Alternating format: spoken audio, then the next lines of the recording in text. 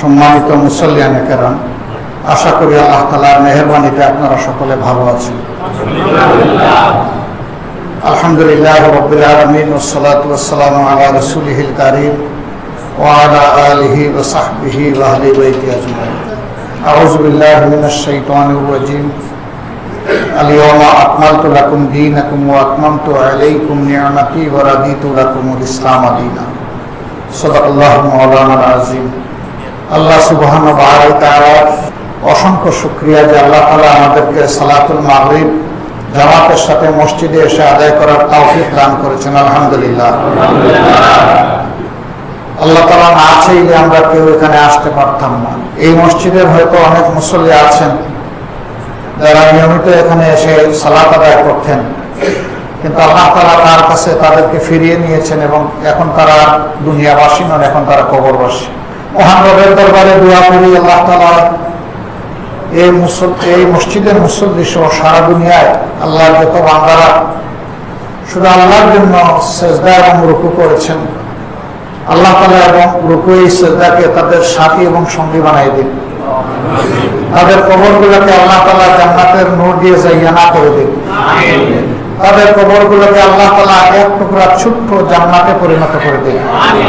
কবরগুলোর সাথে রব্বুল ইজ্জত তার জান্নাতের একটা জানালা খুলে দিন। তাদেরকে আল্লাহ তাআলা উত্তম লেবাস, উত্তম বিছানা, উত্তম রিজিক এবং উত্তম সঙ্গী দান করুন। আর যারা বেঁচে আছেন আল্লাহ তাআলার জন্য, আল্লাহকে ভয় করে, আল্লাহর ভালোবাসা পাওয়ার কাঙ্গাল হয়ে তারা এই নামাজ সালাত আদায় করেন, আল্লাহ তাআলা জীবনের শেষ মুহূর্ত পর্যন্ত এই নিয়ামতের শুকরগুজারি করার তৌফিক আমাদেরকে দান করুন। আল্লাহ তাআলা আপনাদের সকলকে সুস্বাস্থ্যের সাথে রাখুন। আমি সূরা মায়েদার ৩য় আয়াতের একটা অংশ তেলাওয়াত করেছি। রব্বুল ইজ্জত এখানে আমাদের উদ্দেশ্যে বলছেন, আল-ইয়াওমা আকমালতু লাকুম দীনাকুম, তোমাদের দিনকে আমি কামিলিয়ত বা পরিপূর্ণতা দান করলাম। ওয়া আতমামতু আলাইকুম নি'মাতি, এবং আমার পক্ষ থেকে আমার বান্দাদের জন্য যত নিয়ামত ছিল এই কোরআনের মাধ্যমে এটাও পরিপূর্ণ করে দিলাম। সুবহানাল্লাহ। ওয়া রাদিতু লাকুমুল ইসলাম দীনা, আর ইসলামকে তোমাদের জীবন চলা গাইডলাইন পাথেয় হিসাবে তোমাদেরকে দান করলাম। সম্মানিত মুসল্লিয়ানে কেরাম, একটু আগে আমরা মাগরিবের সালাত এখানে আদায় করেছি। আল্লাহ তাআলার প্রেমে মশগুল হয়ে খুশু এবং খুজুর সাথে, খুশু হচ্ছে আল্লাহকে ভয় করা, খুজু হচ্ছে আল্লাহ তাআলার সন্তুষ্টির তামান্না অন্তরে রাখা। এই ভয় এবং তামান্না দুইটা নিয়েই আমরা নামাজ আদায় করেছি। এখানে একজন ইমাম সাহেব মেহরাবে দাঁড়িয়েছিলেন, আমরা সবাই তার পিছনে ইক্তেদা করেছি। ইমাম সাহেব যখন তাকবীরে উলা বা তাকবীরে তাহরিমা বলে হাত বেঁধেছেন, এরপরে আমরা তাকে অনুসরণ করে হাত বেঁধেছি। এরপরে তিনি কেরাত পড়েছেন, মন ভরে শুনেছি। তিনি রুকুতে গিয়েছেন, আমরা তার অনুসরণ করেছি। তিনি রুকু থেকে সোজা হয়েছেন, তার অনুসরণ করেছি। তারপরে তিনি সিজদায় গিয়েছেন, আমরা তার অনুসরণ করেছি। এইভাবে এক এক করে 3 রাকাত নামাজ তিনি আদায় করেছেন আমাদেরকে নিয়ে। মাঝখানে তাশাহুদের একটা ছোট বৈঠক হয়েছে এবং শেষ পর্যন্ত পূর্ণ বৈঠকের মাধ্যমে সালাম ফিরাইয়া তিনি ফরজ শেষ করেছেন। এই সময়টা মসজিদের ভিতরে কোনো বিশৃঙ্খলা ছিল কি ছিল? শান্তি ছিল, শৃঙ্খলা ছিল, অন্তরে পরিতৃপ্তি ছিল, আল্লাহর জ্ঞানে মগজ মশগুল ছিল। কেন? তার কারণ হচ্ছে ইমাম সাহেব নিজের মন গড়া পদ্ধতিতে নামাজ আদায় করেন নাই। আল্লাহ তাআলা তার হাবিবকে যে পদ্ধতি শিখিয়ে দিয়েছিলেন জিবরিল আমিনের মাধ্যমে, তিনি সেই তরিকায় সালাত আদায় করেছেন। এই জন্য আমরা সবাই সন্তুষ্ট চিত্তে তার ইক্তেদা বা অনুসরণ করেছি। এই অনুসরণ ইক্তেদার শৃঙ্খলার কারণে এখানে শান্তি ছিল। নামাজটা যদি আল্লাহ হুকুমের আলোকে পালন করার কারণে মসজিদ শান্তিতে ভরে যায়, জান্নাতের বাগানে পরিণত হয়ে যায়, অন্তরে অনাবিল শান্তি অনুভব করা যায়, তাহলে সেই একই আল্লাহর হুকুম নামাজের মতো সমাজে মানলেও সমাজটাও শান্তি এবং সৌন্দর্যে ভরে যাবে ইনশাআল্লাহ।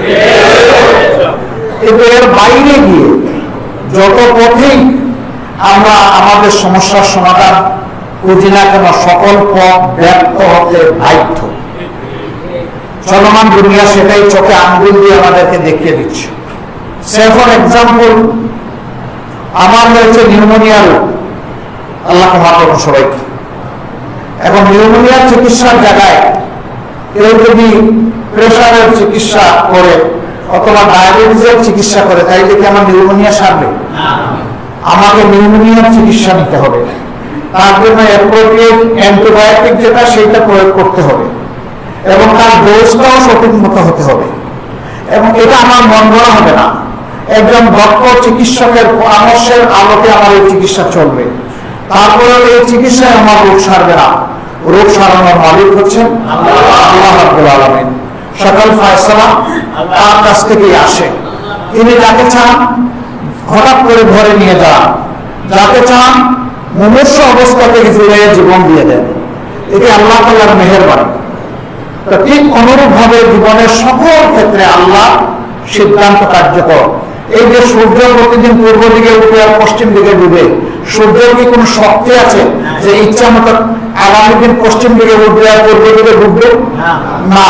তবে হ্যাঁ, যেদিন দুনিয়া ধ্বংস হবে সেই দিন আর পূর্ব দিক থেকে উঠবে না, সেদিনও আল্লাহ হুকুমে ওই সূর্য প্রতিদিন যেটা যুগ যুগ ধরে শতাব্দীর পর শতাব্দী, সহস্রাব্দীর পর সহস্রাব্দী পূর্ব দিক থেকে মাশরিকে উঠছে আর মাগরিবে ঢুকছে, সেই দিন কিন্তু সূর্য উঠবে মাগরিবে আর আসবে মাথার উপরে, সেই সময় দুনিয়া ধ্বংস হয়ে যাবে। এবং এটা আল্লাহর সিদ্ধান্তে, সূর্য ইচ্ছা করে পারবে না।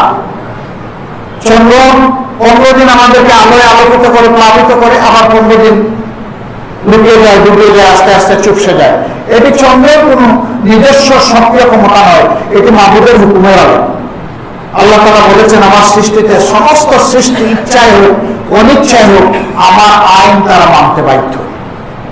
এমনকি মানব জাতীয় বাধ্য হয়ে আল্লাহ আইনের একাংশ মেনে চলছে। নাক দেওয়া হয়েছে ঘ্রাণ নেওয়ার জন্য। আমার যদি চোখ দুটি নষ্ট হয়ে যায়, আমি কি নাক দিয়ে দেখতে পারবো? পারবো না। আবার চোখ দেওয়া হয়েছে দেখার জন্য, যদি নষ্ট হয়ে যায় তাহলে কান দিয়ে কাজ সারবে না। তাহলে আমাদের শরীরের যত অঙ্গ প্রত্যঙ্গ আছে সবগুলা আল্লাহ তাআলার হুকুমের বাধ্য। তারা এক চুল পরিমাণে দিক সেদিক করতে পারে না।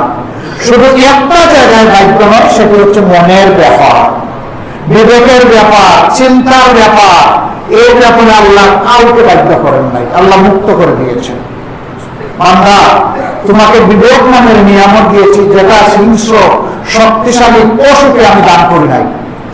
এবার সূর্যকে দান করি নাই, চন্দ্রকে দান করি নাই, তারকাকে দান করি নাই, নগরকে দান করি নাই, সাগরকে দান করি নাই, গাছ বৃক্ষ তরু লতা বিচ্ছু কাউকে আমি দান করি নাই। সেই নিয়ামত তোমাকে দান করেছি এবং সেই নিয়ামত তোমাকে দান করে আমি বলেছি এটা আলাদা স্পেশাল নিয়ামত, তোমার জন্য অ্যালোকেটেড। তুমি যদি এই নিয়ামতের অপব্যবহার করো, তাহলে আমি কিন্তু হাসরের দিন তোমাকে 70 গজ লোহা লম্বা জিঞ্জির দিয়ে আমি তোমাকে পেঁচিয়ে ফেলবো এবং সেই জিঞ্জির হবে আমার আগুনের উত্তপ্ত। ফেরেশতারা টানা হিসা করে নিয়ে যাবেন জাহান্নামের দিকে। আর যদি তোমাকে দেওয়া শানিত বিবেক আমার দেওয়া হুকুমের আলোকে পরিচালিত হয়, তাহলে তোমার হাতে জিঞ্জির পড়বে না, সেদিন তোমার হাতে জান্নাতের ফুল উঠবে ইনশাআল্লাহ। আমরা তো সেই জান্নাতের ফুলের সুগ্রাম নিতে চাই। তো এই যে মসজিদের ভিতরে ওনাদের শান্তি আল্লাহর হুকুম মানার কারণে, আমরা চাই যে মসজিদের এই মেহরাবের ইমাম যারা, তারা আমাদের সমাজেরও ইমামতি করবে। নবী করিম সাল্লাল্লাহু আলাইহি সাল্লাম এই মিম্বর থেকে বসে সমস্ত বিচার ফায়সালা করেছেন। তারপরে খোলাফায়ে রাশিদিন এটা জারি রেখেছেন। অবশ্য খোলাফায়ে রাশিদিনের সময় আলাদা বিচার বিভাগও কায়েম করা হয়েছিল, কিন্তু শেষ পর্যন্ত ব্যর্থ হলে এই জায়গায় ফিরে আসত। আর আমাদের দেশে হয় কি, কোন সামাজিক বিষয়ে ফয়সালা করতে গেলে সবাই বলে আসেন এই দুনিয়াবি আল্লাহ মসজিদের ভিতরে না বাইরে যায়। এটি আমাদের একটা মস্ত বড় ভুল। এখানে বসে যদি কথা বলি আল্লাহকে ভয়, এখানে যে কোনো কিছু বলা যাবে না। এই ভয় থাকবে যে আমি সেজদার জায়গা মাসাজিদে আসি, যেখানে আল্লাহকে সেজদা দেই সেই জায়গায় আমি আমার আল্লাহ দেওয়া মুখ দিয়ে উল্টাপাল্টা করতে পারবো না। আর বাইরে গেলে মনে হয় যে ওখানে বলে আল্লাহ নাই নাকি, মসজিদে আছেন বাইরেও আছেন, আল্লাহ বলেন শুনো, এমন জায়গায় আমি আছি যে জায়গার কল্পনা তুমি করতে পারো না। আল্লাহু আলিমুম বিযাতিস সুদূর, তোমার অন্তরের গভীরে আমি আছি, আমাকে ফাঁকি দেওয়ার কোনো শক্তি তোমার নেই। আলহামদুলিল্লাহ, যদি সমাজে আল্লাহকে গড়ানেওয়ালা মানুষের হাতে আমাদের সমাজ পড়ে, তাহলে এই মানুষের হাত কোনো মানুষের সম্পদ, ইজ্জত এবং জীবনের উপরে করবে না, বরঞ্চ এই মানুষের হাতে মানুষের সম্পদ, ইজ্জত এবং জীবন সম্পূর্ণ হেফাজতে থাকবে আল্লাহর ইচ্ছায়, বিইজনিল্লাহ। কারণ সে যে আল্লাহরে গড়ায়, সে আল্লাহ সাহায্য করে। আমরা প্রিয় দেশটা স্বাধীনতার পর 53 বছর গেল, এমন একটা সোনার দেশ আমরা করতে পারলাম না। কেন পারলাম না? আমরা কোরআনকে বুকে ধারণ করে দেশ গড়ার চিন্তা করিনি। আমরা আপনাদের খেদমতে আরজ জানাই, কোনো ব্যক্তি নয়, দল নয়, আসেন আমরা কোরআনকে আঁকড়ে ধরি, রাসূল করিম সাল্লাল্লাহু আলাইহি ওয়াসাল্লামের সুন্নাহকে আমরা মহব্বত করি। এই দুই শক্তি বুকে ধারণ করে সমাজ যদি গড়তে পারি, ইনশাআল্লাহ দুনিয়ার সমাজে আল্লাহ তাআলার জান্নাতের সুবাস পাওয়া যাবে। এবং এই দেশ হবে পৃথিবীর একটা শ্রেষ্ঠ দেশ। এখন দুনিয়ার বহু দেশে আমরা মাথা তুলে সম্মানের সাথে কথা বলতে পারি না। আমরা বিভিন্ন সময় চ্যাম্পিয়ন হয়ে যাই ভালো কাজে নয়, দুর্নীতিতে। কেন হয়? আল্লাহরে ভয় করে না বলেই মানুষ যখনই যেখানে যে সুযোগ পায়, বৈধ অবৈধ তার কোন পরোয়া করে না, তখন তার হাত ওই দিকে চলে যায়। আল্লাহর ব্যাপারে দোয়া করি, যারা আল্লাহকে ভয় করে এই সমাজের সেবা করবে, আল্লাহ যেন আগামী সেবার দায়িত্ব তাদের হাতে তুলে দেন। সেই ব্যক্তি আপনিও হতে পারেন, আরেকজন হতে পারে, আমিও হতে পারি। তবে এই খুশকিসমত থেকে আল্লাহ যেন আমাদের কাউকে মাহরুম না করেন। এখন বলবেন আমরা কি সবাই প্রেসিডেন্ট, প্রধানমন্ত্রী, এমপি হতে পারবো না? পারবো না, কিন্তু আল্লাহর বান্দা তো থাকতে পারবো।